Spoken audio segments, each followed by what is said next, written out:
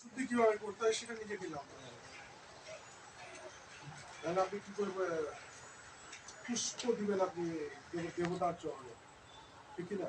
তাহলে এই কাজগুলো হচ্ছে নিজের কাজ, নিজের কাজগুলো নিজেই করতে হবে। আমরা কিন্তু ধর্ম সম্পর্কে, ওনারা যেমন প্রতি জুম্মার দিন মসজিদে যায়, আমরা কোনোদিনই মসজিদে যাই। আমি এখন ওপেন কথা বলতেছি, কারো ভালো না লাগলে কিছু করার নাই, এটা হচ্ছে বাস্তব। আমি আমি যতটুকু করি আমার কাজটুকু আমি করি। আমি সকালে ঘুম থেকে উঠে স্নান করে ঠাকুর ঘরে ঢুকবো, ঠাকুর ঘর থেকে আমার আমার যতটুকু কাজ করবো করে তারপর আমি নাস্তা করে বাইরে বেরোবো, পাবলিকের সাথে কথা বলবো, যারা আসিফ হয়ে তারা বসে থাকবে, আমি কোনো কথা বলবো যতক্ষণ মতো আমার কার্যটা শেষ করা হবে। সেই কার্যটা আপনাদেরও করতে হবে, কেননা আপনাদের সিলেকশনটা হচ্ছে পলিটিক্যাল সিলেকশন। এখানে যারা রয়েছেন বর্তমান গভর্নমেন্ট আসে বিদায় আপনারা এখানে যারা আছেন ম্যাক্সিমাম লোক, এইটা সিলেকশনটা এইভাবে হচ্ছে। তাহলে আপনাদের কাজ, আপনাদের করণীয় কি? আপনাদের করণীয় এইটুকুই, নিজের ধর্মটাকে রক্ষা করতে হবে। ধর্ম মানে ধারণ করা।